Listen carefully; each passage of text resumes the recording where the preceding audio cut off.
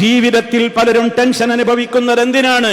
എനിക്ക് പലതും ഇല്ല എന്ന തോന്നൽ, മറ്റുള്ളവർക്ക് പലതും ഉണ്ട് എന്ന തോന്നൽ, ഞാൻ എന്താ ഇങ്ങനെ എന്ന തോന്നൽ, എനിക്കെന്താ എപ്പോഴും ഇങ്ങനെ കഷ്ടപ്പാടെന്ന തോന്നൽ.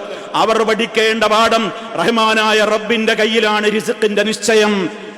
അത് ഏറും, ചിലപ്പോ കുറയും, അത് റബ്ബാണ് നിശ്ചയിക്കുന്നത്.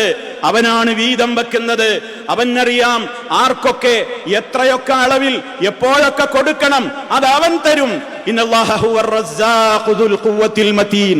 അള്ളയാണ് റിസ്ഖ് നൽകുന്നവൻ.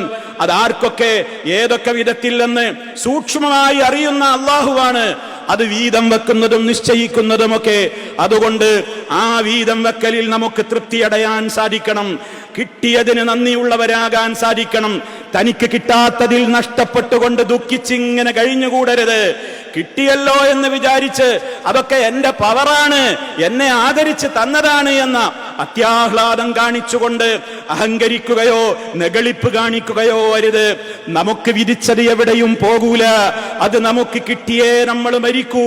അതേ അവസരത്തിൽ നമ്മുടെ റബ്ബ് നമുക്ക് തരാൻ തീരുമാനിച്ചിട്ടില്ലാത്തത് നീ എത്ര തലകുത്തി മറിഞ്ഞ് അധ്വാനിച്ചാലും ഒരൽപ്പം പോലും അത് നമുക്ക് കിട്ടുകയുമില്ല. പിന്നെ എന്തിനാണ് ഈ ടെൻഷൻ? അതുകൊണ്ട് റബ്ബിന്റെ തീരുമാനത്തിൽ തൃപ്തിയടഞ്ഞവർക്ക് വിജയിക്കാനാവുകയുള്ളൂ.